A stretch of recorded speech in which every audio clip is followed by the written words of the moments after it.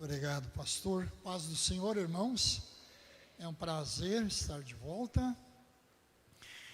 Eu estava brincando enquanto eu subi com o Peterson. Eu disse, deixa eu me escorar aqui para o pessoal achar que eu estou bem, que eu consigo subir as escadas. Fiz uma cirurgia agora dia 17 de dezembro e a evolução está acontecendo, eu estou bem e me recuperando lentamente. Ainda caminho um pouco que nem marreco, sabe como é que caminha marreco assim, ó? Então, mas estou conseguindo, vai dar certo, se Deus quiser. Esquecendo o Grenal que está acontecendo, pensando em nós aqui e a nossa realidade.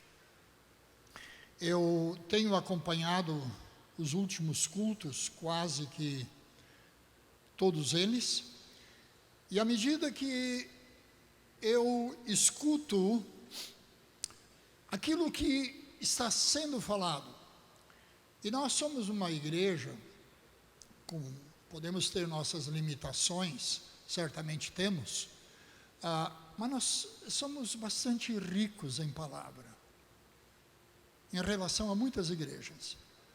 Nós somos uma igreja que tem recebido boas palavras, mas com isso também nasce um pequeno problema. Isso é muito natural. Os evangelhos dizem, aonde se planta trigo, também nasce joio. Pode nascer em nós a atitude de vou domingo que vem para ver qual é a novidade que vai ser falada. E daí no outro domingo eu quero ouvir mais uma novidade. E daí eu quero ouvir outra novidade. E de novidade em novidade,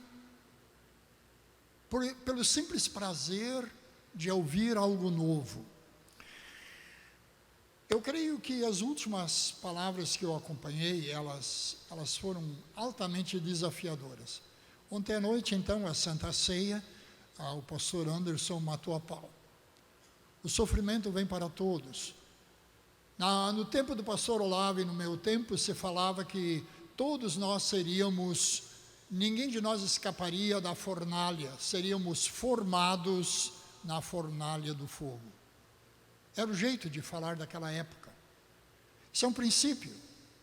A vida não é só oba-oba, a vida não é só bela, a vida é perder, a vida é sofrer danos, a vida é indo para frente, caminhando para trás, por muito tempo. Isso é vida. E nós como igreja, nós temos que encarar isso. E eu fiquei pensando como eu poderia contribuir nessa escalada. Pensei em Provérbios capítulo 1. Vamos falar hoje à noite um pouquinho sobre o sábio e o tolo. Atitudes que nascem dentro de nós, elas são ali, é natural. Mas hoje à noite eu quero desafiar você a ser um sábio. Provérbios capítulo 1, versículo 1 diz que são provérbios de Salomão para aprender a viver de maneira inteligente e disciplinada. Eu estou lendo daqui atualizada, que é muito parecido com a NVI. Para entender os ensinos que produzem sabedoria, para desenvolver um caráter correto e perspicaz, vivendo de maneira justa, para dar prudência aos simples, assim como conhecimento e juízo aos jovens. Mesmo o sábio que lhe der ouvidos, aumentará em muito o seu entendimento, pois o temor do Senhor é o princípio do conhecimento, mas os insensatos o desprezam. Eu quero falar sobre ser sábio. À medida que eu ouço, eu preciso tomar uma postura. Eu quero ser muito franco com vocês, quero dizer que no início eu não gostava de provérbios. Eu vim ler provérbios agora na parte mais tardia da minha vida. Porque provérbios não é para pessoas mal resolvidas. Se fosse escrito hoje em dia, seria um livro de autoajuda. Provérbios é para pessoas bem resolvidas que desejam melhorar o nível, a qualidade da sua vida.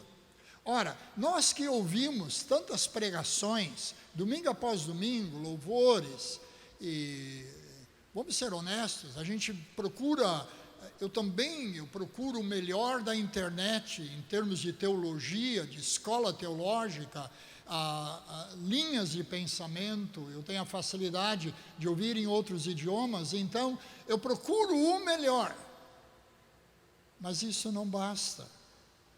Isso não basta, eu preciso decidir o que eu vou fazer com isto. E Salomão, ele disse: eu escrevo esses provérbios para melhorar o teu nível de vida.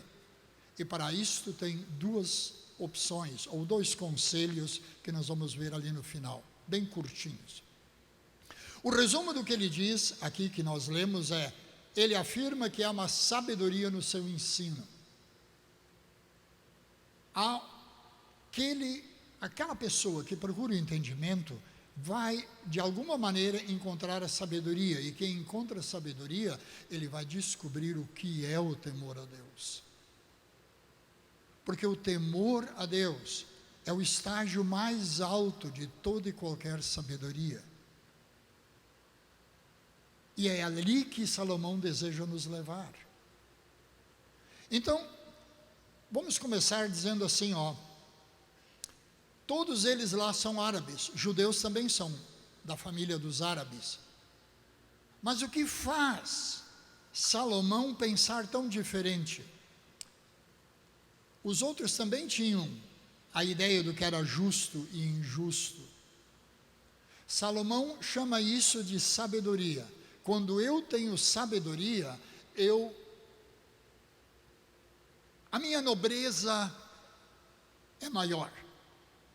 Sou mais nobre que os demais. Paulo pega a mesma linha de pensamento e ele chama isto de discernimento. Por quê? Porque sabedoria não é... Sabedoria é um produto final. Ela não é um passo.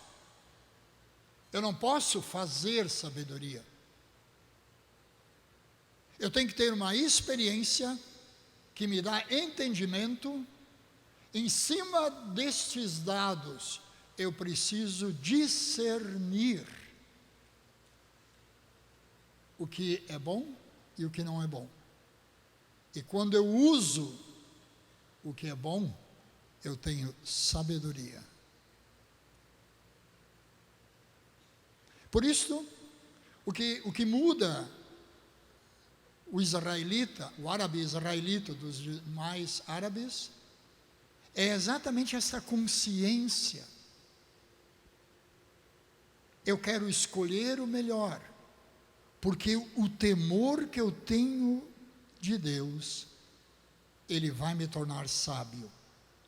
Deixa eu atualizar isso aí um pouquinho para nós, para o mundo de hoje, porque árabes são tão semelhantes e ao mesmo tempo tão diferentes que chegam a brigar entre si, como vocês todos estão a par pelas notícias. Mas vejam vocês, como os saberes mudam quando a gente não toma uma escolha devida. Os egípcios são árabes. Os egípcios tiveram a maior biblioteca que já existiu, a de Alexandria, que foi destruída por bárbaros. Os egípcios construíram pirâmides que até hoje temos teorias. Não sabemos como conseguiram, sem guindastes, construir aquelas obras faraônicas. Precisa de sabedoria. A Etiópia, que hoje é um nada, ela era chamada o Alto Egito, o Egito, o Baixo Egito. E a Etiópia já foi uma potência mundial. Temos um pequeno vislumbre quando uma rainha delas vai visitar Salomão. Tiro, que você lê lá em Isaías ou Ezequiel, que gostamos de dizer que é Satanás, enfim, Tiro foi um porto tremendo de navegação universal. Há indícios de que foram eles que chegaram aqui no Brasil, onde temos registros nas cavernas, muito antes de Pedro Álvares Cabral, ou Colombo, aliás. Nós temos também a Fenícia. Tiro estava dentro da Fenícia, e a Fenícia é a região onde hoje é Líbano. Vejam vocês, o alfabeto grego, ele possui 500.000 caracteres. Para tu ser específico, e na verdade são hologramas, são desenhos. 500.000. Os fenícios conseguiram reduzir tudo a 25, 26 letras.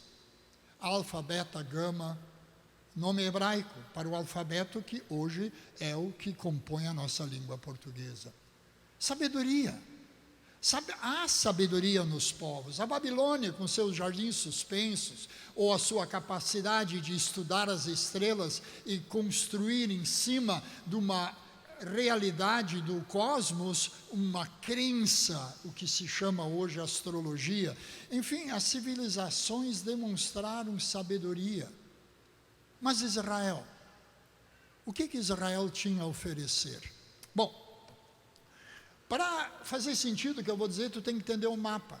Vocês olhando o mapa de Israel, daquela região, vocês veriam o mar Mediterrâneo, uma pequena planície, montanhas, um vale, que é o do Jordão, sobe um paredão e daí é o planalto que vai até a Babilônia.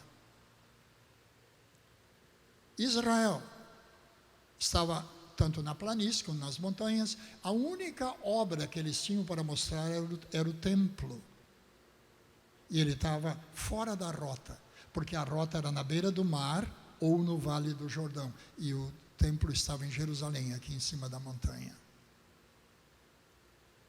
Mas o que Israel oferecia aos povos árabes? Eles ofereciam um estilo de vida diferenciado. Falando um pouco mais moderno, eles proclamavam no dia a dia uma ética de vida que incomodava toda a região.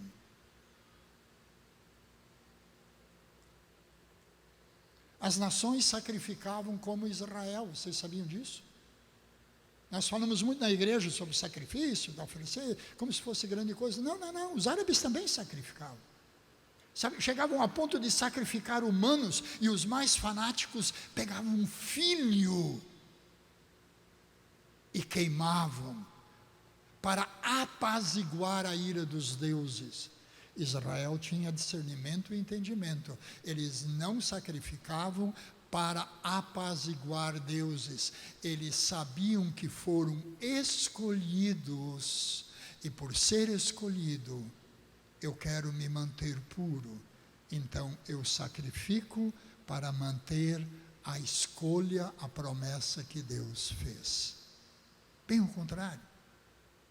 Outro entendimento, outra visão de vida, é o temor a Deus, que é o princípio. Esse temor, se você é um pouco mais ativo, vamos dizer que o temor era o eixo em torno do qual a vida acontecia. Ou, se você quiser olhar assim, em torno do qual a vida era construída. Independente como tu olhar, é o temor a Deus que era o centro da vida daquele povo. Todo o movimento dele era um temor. Tem um texto de Miqueias que eu gosto muito, que fala muito da vida pública. E já vai fazer sentido o que eu estou dizendo. Miqueias diz assim: o que é que Deus pede de ti, ó homem, ou mulher? Ele já te revelou o que espera de ti, senão que tu pratique a justiça, que tu ame a misericórdia e a lealdade, e que tu andes humildemente na companhia do teu Deus. Vidas tão normais, abordagens de vida tão diferentes. Agora, deixa eu contar algo para vocês. Eu era um garoto, eu acho que eu não tinha 7 anos ainda. Eu estava com meu avô, e meu avô, numa manhã, foi fazer enxerto num pé de uva. Ele tinha uma parreira, então tinha aquelas uvas rosadas, tinha umas uvas escuras, bem aquelas pequenas escuras, e daí ele queria produzir um outro tipo lá. E eu fui convidado a ir junto. Ele cortou, amarrou um paninho.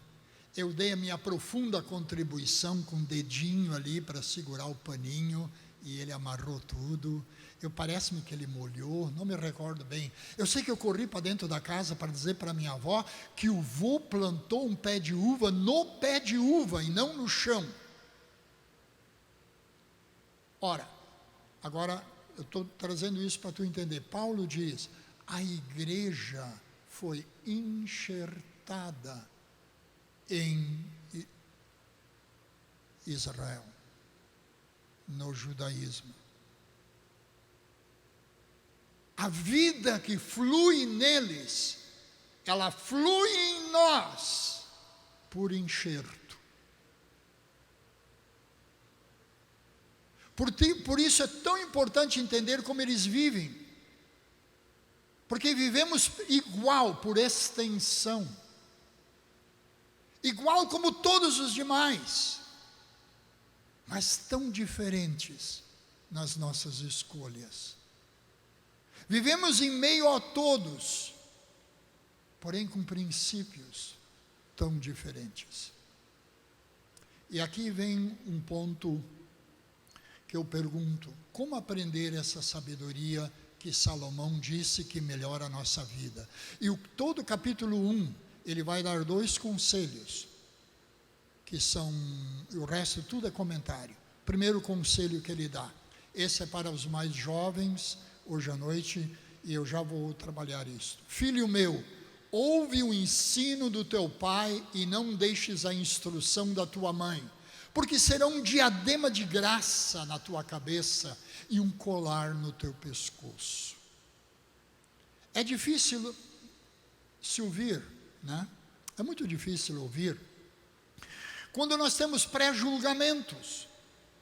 A nova geração hoje, ela olha para nós como se nós fôssemos alienígenas, como se nós fôssemos estranhos, não soubéssemos nada. Até pouco tempo, havia uma forte tendência no mercado de não mais empregar pessoas acima de certa idade. 40, 50 anos para cima, não achava mais emprego. Hoje, eles estão voltando a empregar essa camada da sociedade por causa da experiência que eles têm. E aqui está saber ouvir. Saber ouvir é o caminho do aprendizado. Então eu te pergunto hoje à noite: você tem vindo nos cultos ou você tem ouvido o que tem sido pregado? O teu coração escuta, correlaciona, tenta discernir e sai para casa dizendo: isto daí eu vou aplicar. É assim que a sabedoria nasce. Saber ouvir é o caminho de todo e qualquer aprendizado. Há sabedoria nas pessoas mais velhas, nas pessoas mais experientes. Eu sei, como é que os jovens chamam? Cringe? É cringe, né? Que a gurizada nos chama. Os mais moderninhos chamam nós de cringe, ou tiozinho, chame como quiser. Mas, sabe, observar as cicatrizes desta geração e aprender com as suas lições é uma maneira de se tornar sábio. Não com o seu estilo. Você não precisa ter o nosso estilo. Você não precisa ter nossos gostos. Nós somos de uma época que não vai voltar. Nós somos como que um espelho que vocês olham e sabem como era. Mas vocês olham para frente e o que vocês enxergam? A escuridão, o nada. É por isso que Salomão diz: você quer se tornar uma pessoa sábia? Em primeiro lugar, aprenda a escutar os teus pais. Pais biológicos, pais na fé.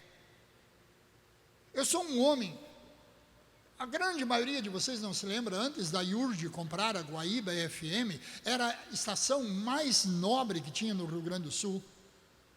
De manhã cedo os políticos, havia entrevistas. Era gostoso de ouvir um político falar naquela época e dar razão do que estava acontecendo. A gente aprendia, porque você só aprende escutando e quando o teu coração faz perguntas. Provérbios 22, o próprio Salomão diz: não remova os limites dos antigos que os teus pais fizeram. O pai dele, Davi, disse: meditarei nos teus preceitos e quanto aos teus caminhos, terei respeito. Todo mundo conhece a história do Chapeuzinho Vermelho, que a vovó dizia para não tomar outro rumo e não aceitar conselho de ninguém. Pois bem, certa vez o lobo mau se disfarçou de vovó e enganou o Chapeuzinho Vermelho. Saber escutar é a arte. Chapeuzinho Vermelho tomou um atalho. Agora escuta, isso é um princípio. Se atalho fosse caminho, caminho seria o atalho. Não há atalho. É um processo. Eu preciso de ficar tijolinho em cima de tijolinho. Todo dia, uma pequena conquista. Micro. Ninguém vai me aplaudir. Ninguém vai dizer que eu sou super espiritual. Ninguém vai dizer que eu sou grande. Ninguém vai estar torcendo por ti. Mas tu sabe que tu botou um tijolinho. Mais um tijolinho, mais um tijolinho, depois vem a segunda fila, e parece que a coisa não anda, mas depois de 1 ano, 2, 3, 4, 5, tu queres achar alguém ao teu redor, tu não acha ninguém, tu precisa olhar para trás, porque desistiram. Existe uma máxima no mundo dos negócios, que diz o seguinte: faça diferente, faça melhor, faça por mais tempo. Por quê? Diferente para ser original, para ser quem você é. Não imita. Tu não precisa imitar, tu pode ser tu. Tu tem direito a ser tu. Deus te criou único, assim como tu é. Mas faça melhor. Dá o melhor que tu pode. Dá o melhor que tu sabe. Vai perguntar, vai te orientar, vai pesquisar, te humilha, pergunta, senta e escuta, aprenda. Isso ninguém quer fazer. Daí, logo, todo mundo começa junto. A metade desiste e daí faça por mais tempo. O caminho está livre. Porque a maioria já desistiu. É um segredo. Apliquei na minha vida, no meu ministério. É assim que eu sou. É assim que eu quero morrer. Eu quero fazer diferente, eu quero fazer melhor do que eu posso. E enquanto todo mundo desiste, outros mudam de ideia, eu continuo, porque o caminho cada vez fica mais vazio. O sucesso é a arte de olhar para trás, sem se vangloriar, sabendo de onde se saiu e sabendo como se chegou aonde se chegou. Ouvindo todos os domingos uma mensagem, cantando, às vezes assisto outros cultos, e eu comparo com vocês a música nossa aqui, eu penso, meu Deus, como nós temos coisa melhor aqui na comunhão familiar, do que nos lugares que eu vou escutar. Como chegamos aonde chegamos? Você quer melhorar? O Esdras fez há pouco tempo atrás, eu me recordo, ele fez um steak. Eu me recordo que a dona Edila contou a história da igreja, o pastor Olavo contou a história da igreja, eu contribuí, eu não sei quem mais. Tiveram outros que contribuíram. O importante é o seguinte: você conhece a história da sua igreja? Você já perguntou quem nós somos? Como é que nós viemos até aqui? De onde nós saímos? Para onde nós queremos ir? Sim, pastor, nós vamos ter um avivamento. Ok, vamos ter um avivamento. E tu acha que ele vai cair do céu? Tu acha que isso é que nem Natal, que simplesmente vem? Sabe que às vezes eu penso assim, eu disse para o pastor Olavo certo dia, eu disse, pastor, às vezes eu tenho medo que nós somos que nem crianças esperando o Natal. O adulto, ele sabe que o Natal virá. Sabe o que ele faz? Ele trabalha um ano inteiro para ter condições de usufruir o Natal. É uma construção. Isso não cai do céu. É uma construção, é do saber, o entendimento. Eu não vou fazer tudo, eu quero só contribuir com a minha parte. Agora, se tu é o tijolinho do meu lado, seja um bom tijolinho.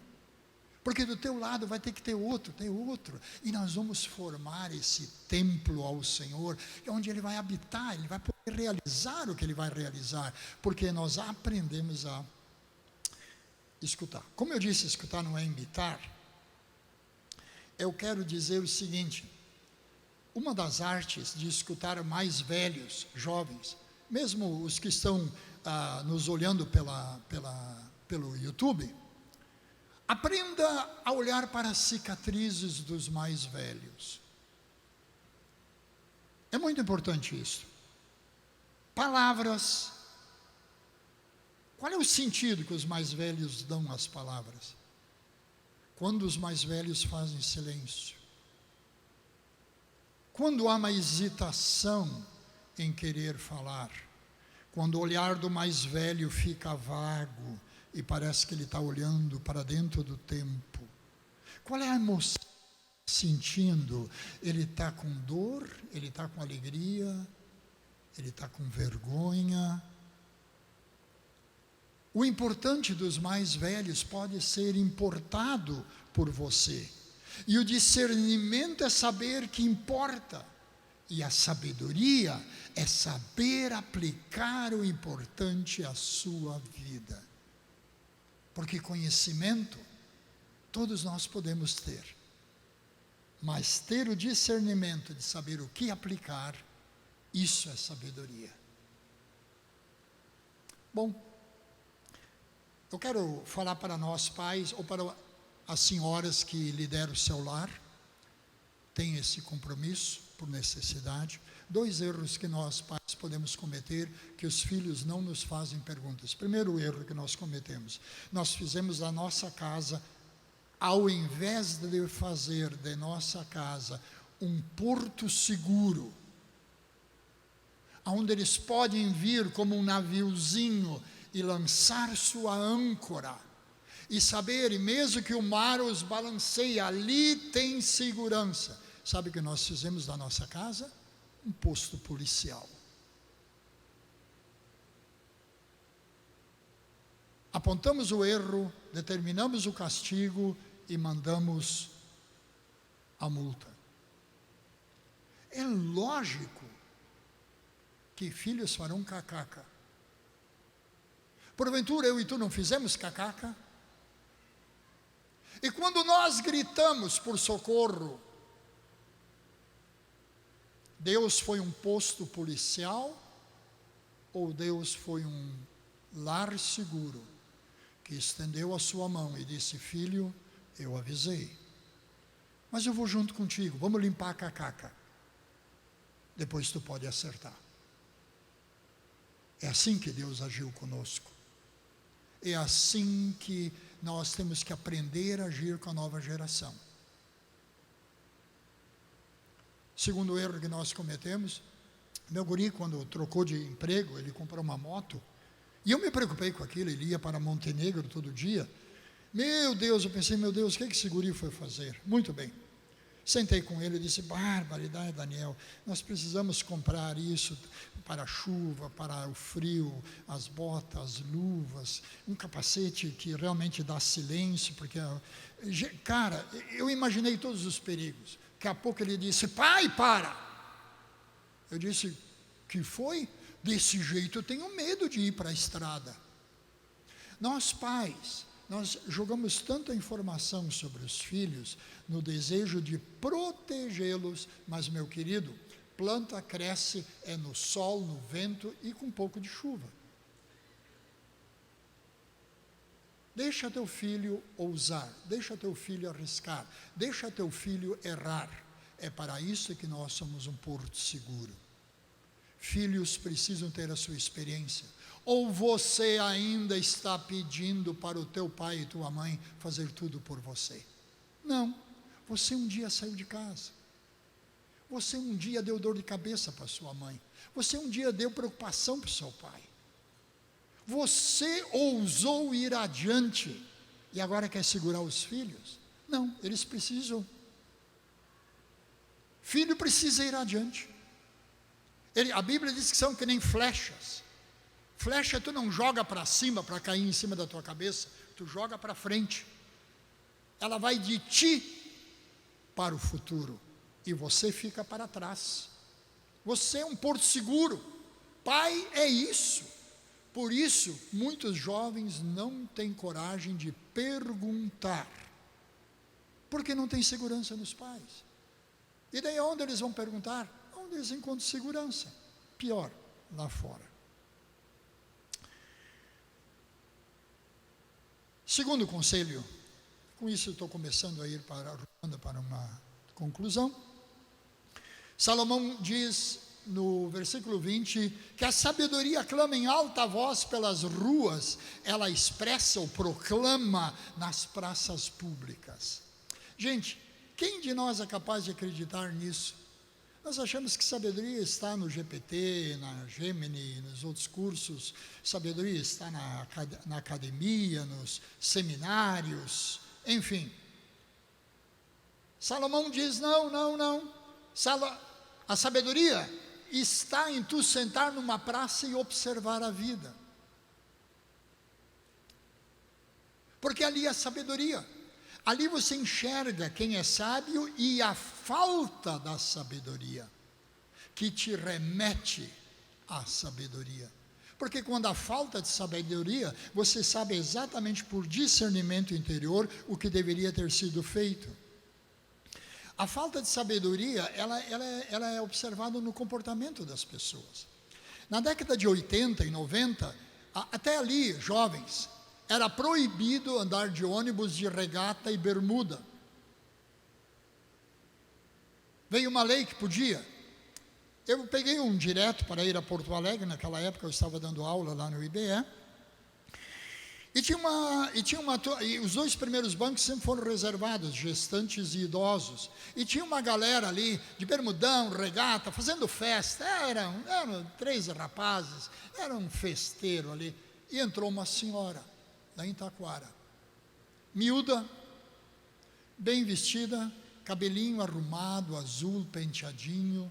Ela simplesmente pediu com licença e se sentou no primeiro banco. Um deles tentou ser engraçadinho, o outro deu um tapa na cabeça dele e mandou ele ficar quieto. Quando eu estava observando aquilo, o que aconteceu em mim? Sabedoria. Porque na falta de sabedoria daqueles jovens, eu fui remetido ao que se deve fazer. Eu percebi aquela senhora, na sua nobreza, sem palavra alguma, soube se impor pela qualidade. Observe a vida.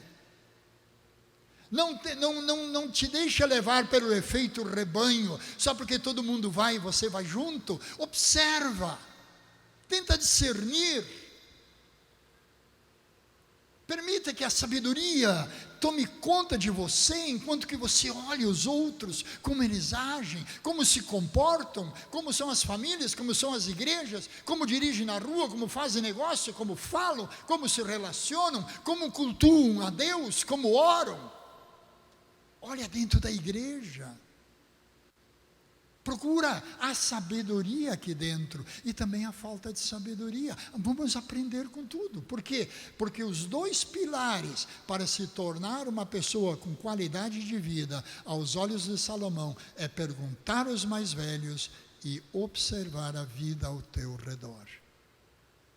Você pergunta às pessoas? Você observa a vida ao teu redor? Ou você é um a mais do rebanho que a vida leva? Como é que é a música? Ó, vida leva eu, uma coisa assim, a vida me leva, leva eu. Tu decide.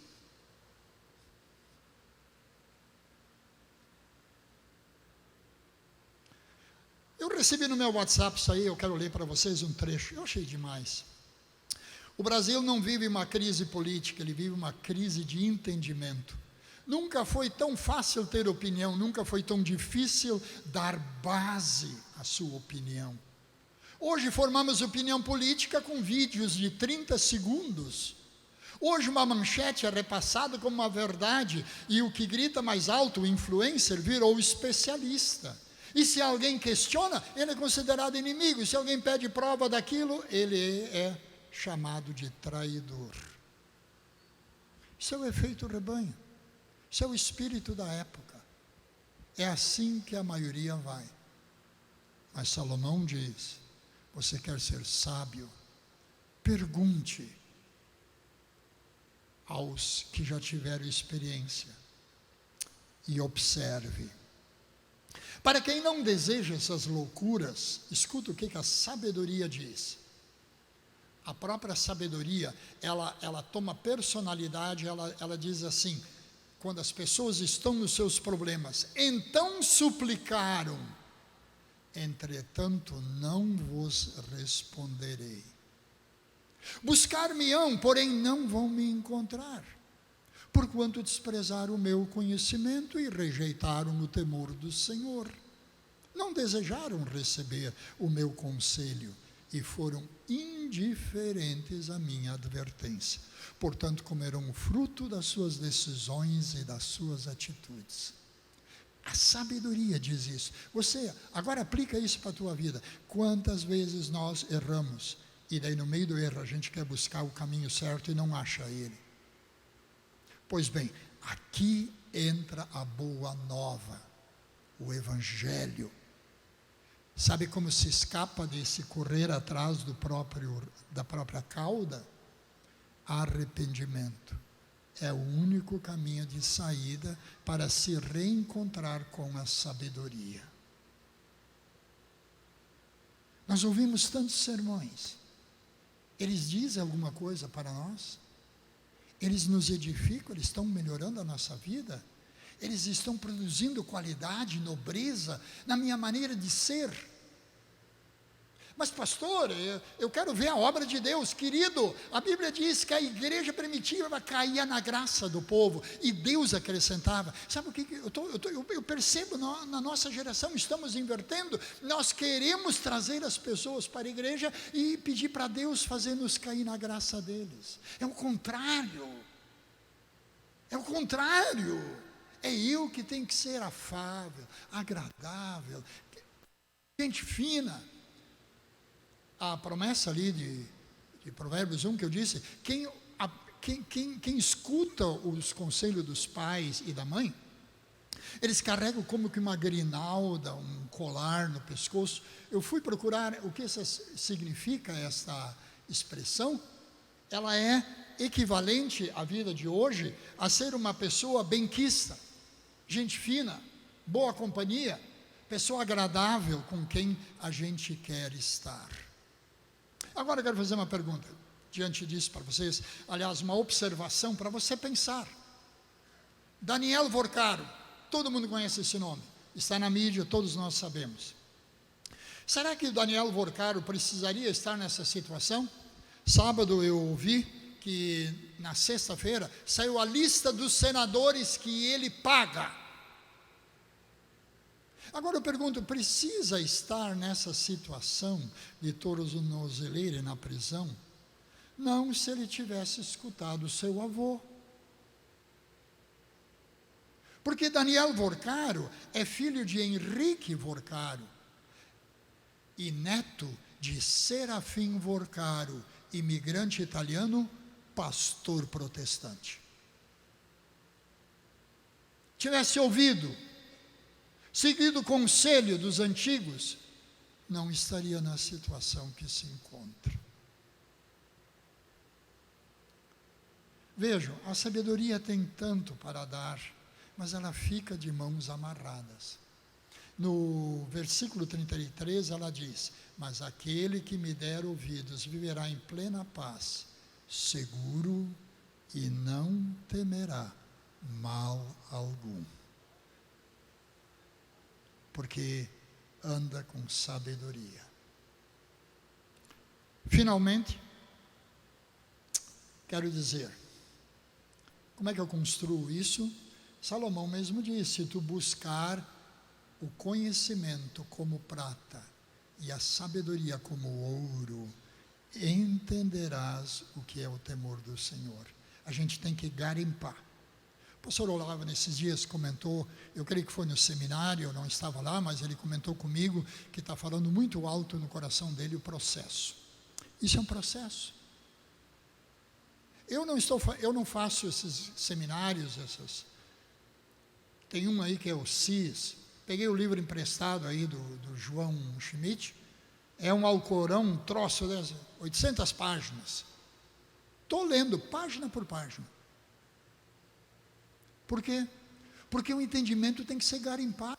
Se eu quero entender sobre algo, não, pastor, não, eu vou orar e a Bíblia diz que Deus vai me dar sabedoria. Vai te dar sabedoria depois de tu ter material para comparar.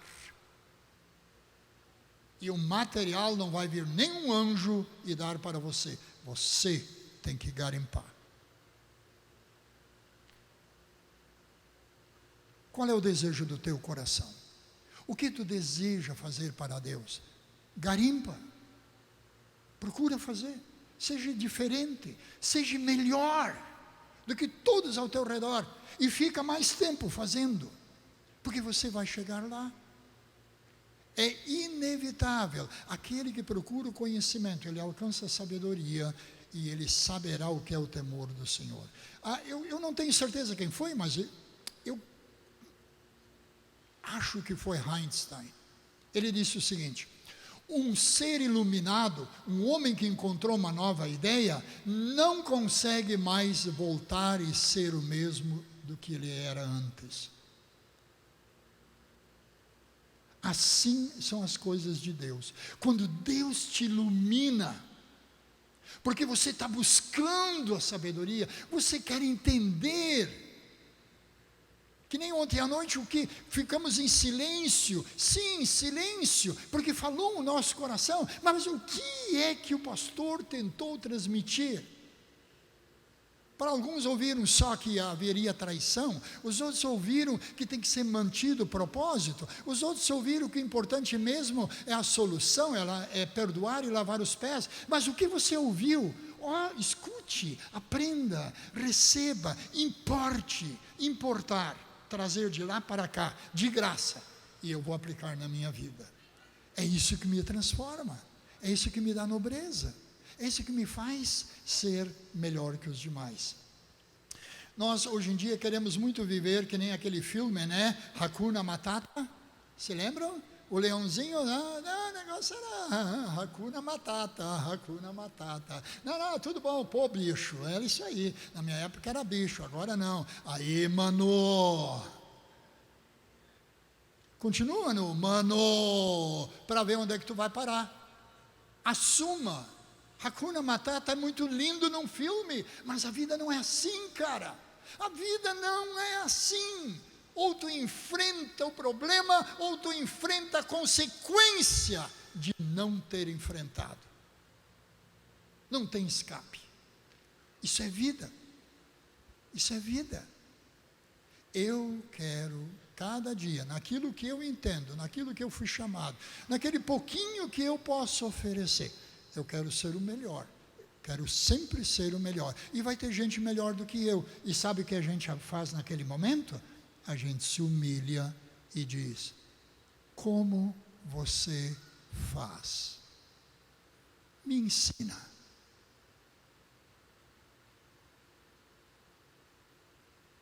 Sabedoria. Assim, irmãos, a descendência de Abraão, todos árabes, e tão diferentes. A Band tem o Eduardo Oineg, um comentarista. Gosto de ouvir ele. Não sei se vocês assistem, mas ele brinca. Como pode o Supremo Tribunal Federal necessitar de um código de ética, se ele é a última instância da ética? E daí ele diz assim: eu sugiro que vocês voltem no tempo e perguntem a um homem muito velho que subiu uma montanha e recebeu 10 mandamentos. O primeiro código de ética da humanidade. E quando recebeu, deveriam de conhecer, porque deveria ter formado vocês antes de usar a toga. Temor a Deus é o eixo em torno do qual a minha vida vai indo. Perguntar, ser humilde, perguntar, querer aprender. Ser uma pessoa que observa, que permite a sabedoria brotar. É a maneira de termos maior qualidade de vida. Sermos um povo com qualidade. Oferecermos um serviço com qualidade. Uma visita com qualidade. Um conselho com qualidade. Um apoio com qualidade. Uma companhia com qualidade. Encerro dizendo o seguinte: quando a minha mãe faleceu, foi um sentimento muito estranho. Eu sempre sepultei muitas pessoas, muitas. Três Coroas foi a única maneira de entrar naquela cidade sepultando pessoas. Pela primeira vez eu me senti do outro lado do balcão e eu não sabia bem o que fazer. O pastor evangélico que sepultou a minha mãe, ele era do movimento Encontrão, um convertido. Ele foi lindo, simplesmente lindo. Mas eu tive uma sensação de um vulto aqui. Teve alguém todo o tempo, todo dia do meu lado, e eu não sei quem era. Quando tudo terminou, fui para casa, coei o meu café e tentei recapitular o dia. E de repente, aquele vulto do meu lado, eu vi o rosto dele. Sabe quem era? O dia inteiro era o Clóvis Brito, parado do meu lado, quieto. Não disse uma palavra. Não pediu nada. Não me aconselhou nada. Ele estava presente no meu momento. Silenciosamente.